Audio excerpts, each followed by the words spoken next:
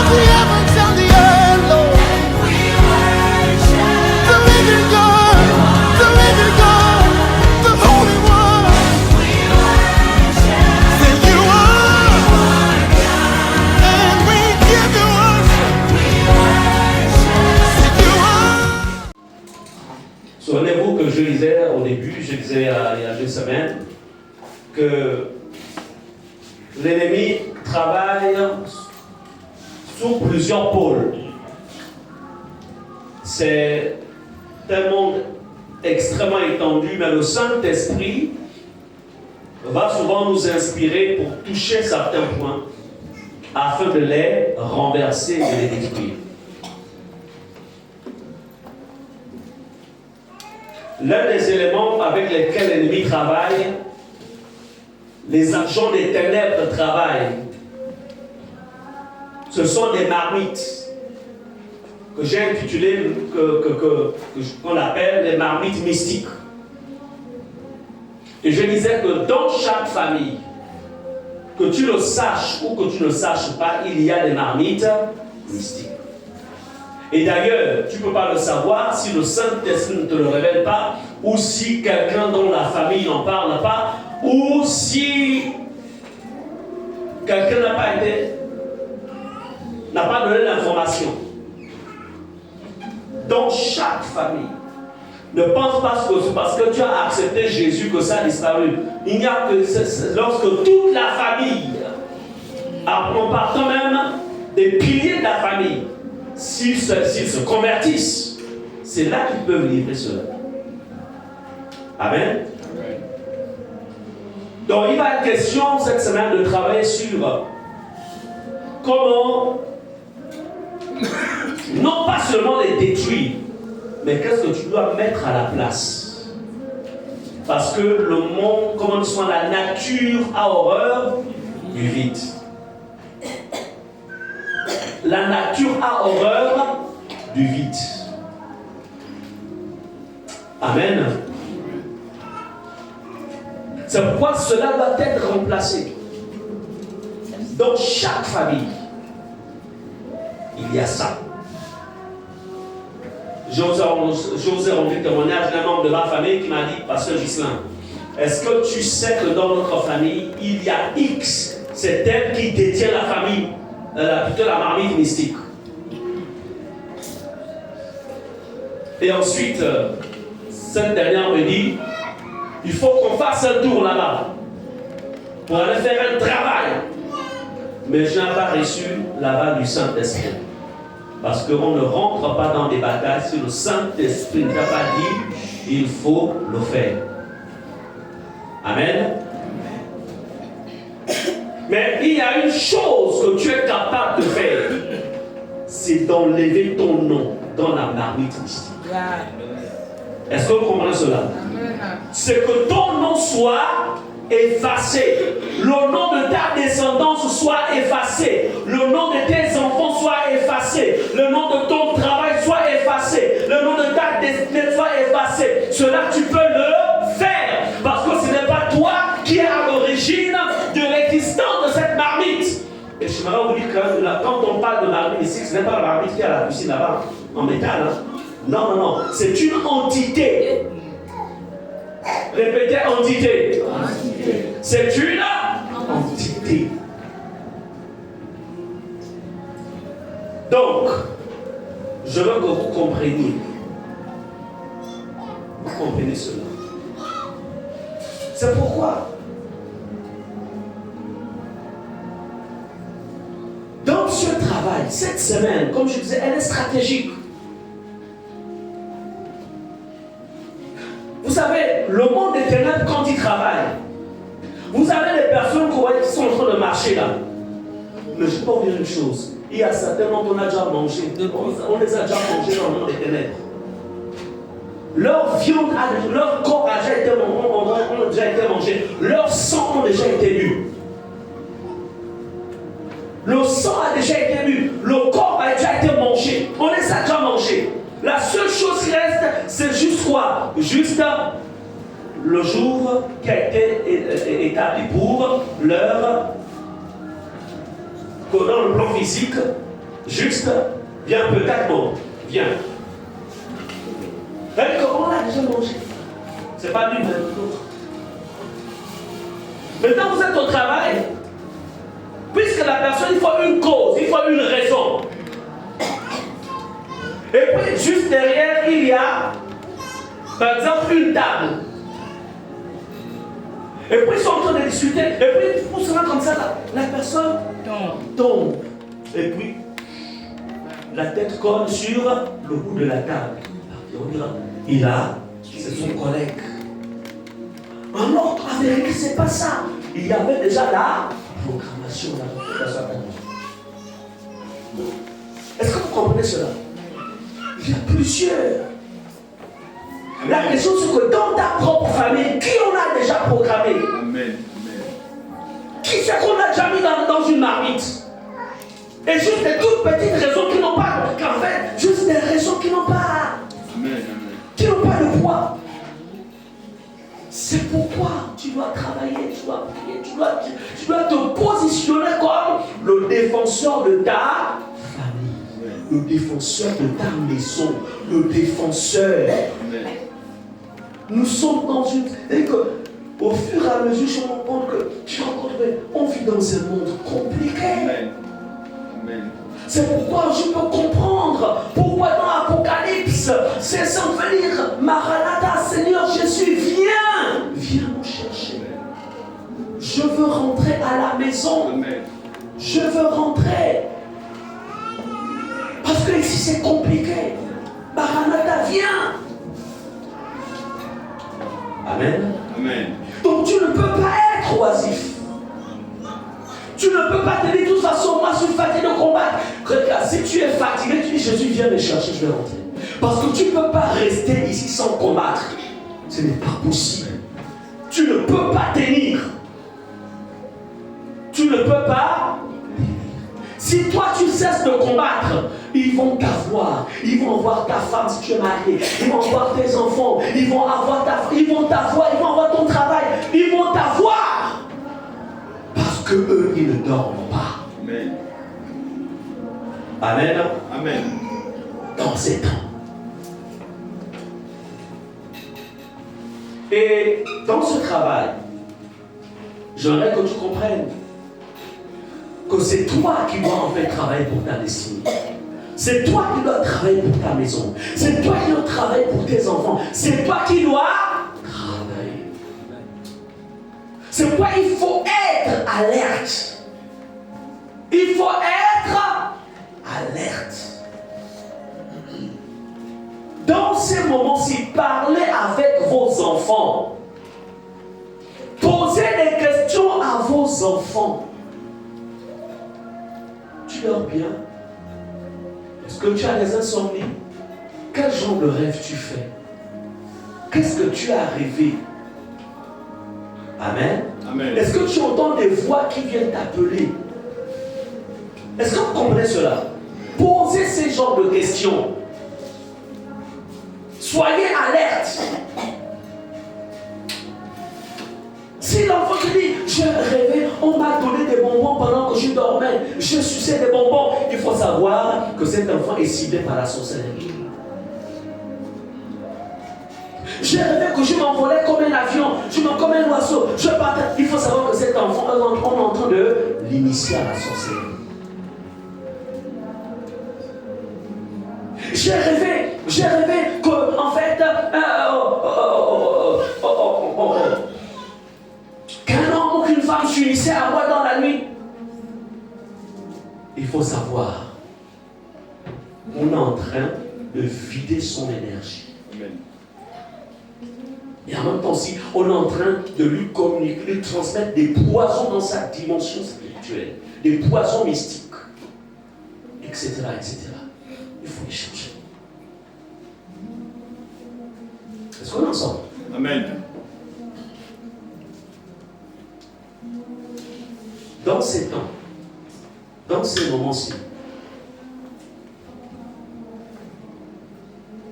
dans le monde de la sorcellerie, ils sont à la recherche des sacrifices de fin d'année. Ils sont à la recherche du vol, ils sont à la recherche des étoiles. Ils sont à la recherche de beaucoup de choses dans les vies. Ils sont à la recherche des vies. Ils sont à la recherche des destinées. Il faut qu'ils volent au maximum. Jean disent, le voleur ne vient que pour dérober, égorger et détruire. Il faut qu'ils volent au maximum. Est-ce que vous comprenez cela? Amen.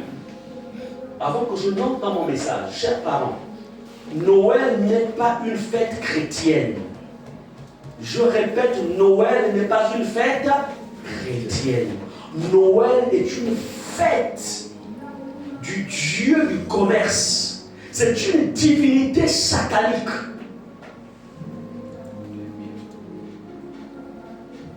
Tout ce que vous voyez qui est fait à Noël, les cadeaux, tout ça, tout est envoûté.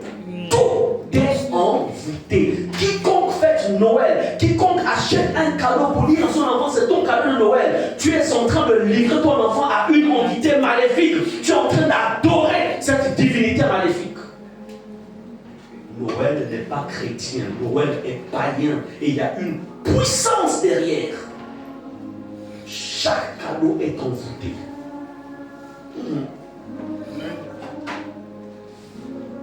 Avant que je ne connaisse cela, j'offrais des cadeaux à mes enfants. Mais quand je m'ai ouvert les yeux, on les a réunis, on leur a dit, écoutez, plus le cadeau de Noël. Si on doit vous offrir quelque chose, on vous l'offrira tout simplement en dehors de Noël. Soit avant, soit après, mais pas pendant. C'est l'adoration. Bien sûr. Amen. Est-ce que vous comprenez cela? Amen. Mais ça prend des formes. Ce n'est pas Jésus de la Bible, ce n'est pas Jésus de Nazareth. Non, ce n'est pas Jésus de Nazareth. Et c'est comme ça en fait qu'ils entrent dans quel objectif? Dans l'objectif tout simplement d'envoûter le maximum. Faites attention. C'est pourquoi les véritables enfants de Dieu ne fêtent pas cette fête. Ce sont les religieux qui fêtent cela. Amen. Amen. Je ne veux pas dire de ne pas offrir des cadeaux à vos enfants, mais je dis la période n'est pas indiquée. Offrez-leur des cadeaux, soit avant, soit après. Tout ce qui est fait pendant ces moments, c'est une adoration à la principauté maléfique qui est en fait, qui sort des ombres des ténèbres pour se répandre dans le monde, chercher l'adoration sur toute la terre. Amen. Amen. Bien-aimés, je vais le thème de ce matin, conditions à remplir pour déstabiliser, pour détruire les programmes des ténèbres contre ta vie, contre ta maison en cette fin d'année et en 2026. Quelles sont les conditions? Comment se préparer? Quelles sont les conditions à remplir pour pouvoir déstabiliser ces programmes? Parce que vous le voulez ou non, comme je l'ai dit, ces programmes existent. Mais comment faire pour déstabiliser cela? Comment faire? Amen. Amen. Comment faire? Nous savons une chose, c'est que celui qui en est plus grand que celui qui est dans le monde. Donc, cette dernière semaine de jeûne et de prière qui commencera demain et qui va s'achever vendredi par la veillée de prière qui sera pour nous la veillée en même temps aussi la veillée de la traversée. Parce qu'on ne peut pas, tu ne peux pas rentrer dans une nouvelle année sans pourtant que tu ne l'aies préparé spirituellement. Donc cette semaine nous impose une discipline, une sagesse, une connaissance pour s'assurer d'une victoire contre tous ceux qui dans le monde des ténèbres établissent aussi des programmes de destruction et de mort contre vos vies et contre tous ceux qui sont rattachés à vous, contre ceux qui vous appartiennent. D'où l'importance de connaître les conditions.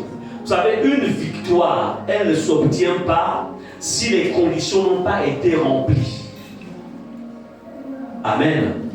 Et la Bible nous dit, c'est l'apôtre Paul qui dit que, en fait, un athlète ne peut pas, en fait, remporter une victoire s'il n'a pas combattu selon les règles. Il y a des règles. Le tout n'est pas de dire au nom de Jésus, mais quelles sont les règles qui vont faire en sorte que le monde des esprits, en fait, se soumette lorsque je vais faire des déclarations ou des proclamations. Qu'est-ce qui va favoriser cela?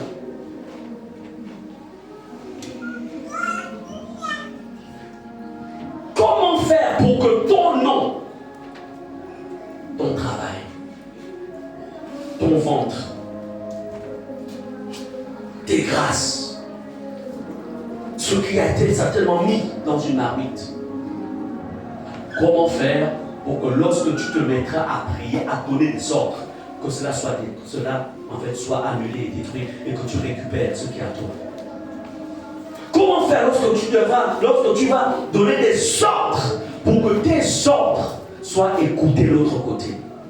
Vous savez, ce ne sont pas toutes les voix. Ce ne sont pas toutes les voix des chrétiens quand ils prient qui sont entendus, qui font trembler l'autre côté. Non. Une voix porte, ce qu'on va dire, une voix porte de l'énergie. Ou je dirais, une voix doit porter des énergies, une force. Mais toutes les voix ne sont pas porteurs d'une force. Est-ce qu'on est d'accord? Vous pensez que dans une armée, la voix d'un caporal porte plus que la voix d'un colonel ou d'un général? Non. La voix du général mobilise tout le monde, mais la voix d'un caporal ne mobilise pas. Est-ce qu'on est ensemble? Amen. Donc, il y a des conditions pour que ta voix, lorsque tu parleras, lorsque tu prieras, quand tu diras, moi, tu présentes ton identité, tu donnes des ordres pour que ça s'exécute là-bas. J'aimerais vous dire que l'autre côté là-bas, il y a des prêtres, il y a des hommes forts, il y a des autels, il y a des entités, en fait, il y a des entités maléfiques. Il y a des démons, des esprits invoqués. On prend un exemple.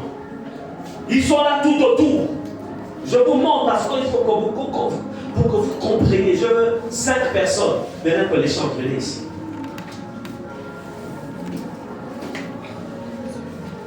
Oui.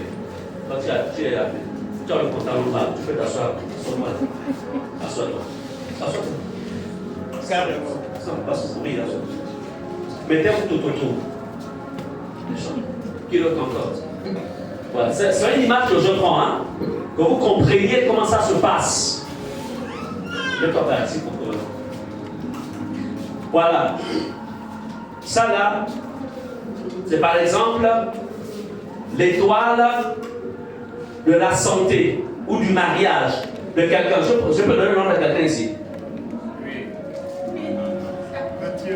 Hein? Mathieu, hein? Voilà, Mathieu. Bon, il n'y a pas de Mathieu, c'est moi Mathieu. Donc, voilà. C'est une étoile qui a été volée. L'étoile de la santé, l'étoile de la réussite scolaire, l'étoile du mariage, etc. Amen. Amen. Maintenant, c'est déposé. C'est juste une image. Ersan, c'est l'homme fort. De l'autre côté là-bas. C'est juste une image, hein? Voilà, il ne faut pas le... Donc, c'est lui qui allait prendre l'étoile là. Chez son neveu. Et il est venu déposer ça dans l'autel de la famille. C'est une image, que vous comprenez bien. Maintenant, tous les autres là sont des acteurs de la tontine. Parce que chacun a aussi donné. Est-ce que vous comprenez cela? Amen. Donc, lui c'est l'homme fort, lui c'est le prêtre, c'est une image. Hein? Toujours on parle au piano. Mais c'est juste une image, c'est pas vraiment. Ok, voilà, il y a le prêtre. Et puis il y a tous les autres. Les membres. Voilà, on appelle ça donc la fratrie. Amen. Maintenant, Tacmon, lève-toi. Lui, c'est le chrétien. Mais il a entendu à l'église dire qu'au nom de Jésus, on peut chasser, on peut détruire. Amen. Amen. Alors, lui, il commence à prier parce que c'est l'étoile de son neveu. Dis d'abord, prie pour récupérer l'étoile. Au nom puissant de Jésus. Non, moi j'attaque le micro. Au nom puissant de Jésus, je viens reprendre tout ce qui appartient à mon neveu par la puissance du Saint-Esprit. Je proclame que nul ne peut atteindre mon neveu.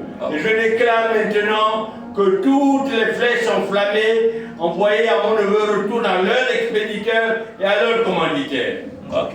Pendant qu'il prie comme ça, automatiquement, ce qu'il déclare, ça va dans le monde des esprits. Mais sur place aussi, eux, ils se calment. Est-ce que celui qui prie là a la légitimité? Tout de suite, il se calme. En 2, 4, 6, il s'entre dans son système. Et il voit. Est-ce qu'on peut obéir ou on ne peut pas obéir? C'est l'objet du message. Comment faire pour que, quand il va prier, comme il a prié, l'étoile se retire de la marmite, de l'autel, et soit redonnée au neveu. Alors qu'il y a toute cette équipe-là. Et là, ce sont des représentants. Et chacun d'entre eux a des entités qui travaillent pour eux. Vous voyez un peu l'organisation. Amen. Amen. Donc, merci pour vous lever. Amen. Donc, c'était juste pour... Est-ce qu'on peut les acclamer? Amen. Donc, le message de ce matin, c'est comment faire pour que lorsque tu prieras, cela soit exécuté de l'autre côté. Amen. 1. La première chose que vous devez comprendre, le monde des esprits, il existe 2 types d'hommes. Il y a l'homme naturel, et je dirais même, il existe 3 types. Il y a l'homme naturel, il y a l'homme charnel et il y a l'homme spirituel. Je réponds. Il y a 3 types. Il y a l'homme naturel, il y a l'homme charnel et il y a l'homme spirituel. Lorsque le monde des esprits a volé, a programmé sur quelqu'un pour le détruire, comprenez que ces personnes-là, ces agents-là, sont des personnes aussi spirituelles, mais dans le sens du mal. Donc, déjà, l'homme naturel ne peut pas mener cette bataille. L'homme naturel peut venir à l'église, il s'assoit à l'église, il écoute la parole, il chante des cantiques, il lit la Bible, repart à la maison, mais il est naturel. L'homme charnel, c'est celui qui a accepté Jésus, mais qui ne vit pas la parole de Dieu, qui n'obéit pas à la parole de Dieu.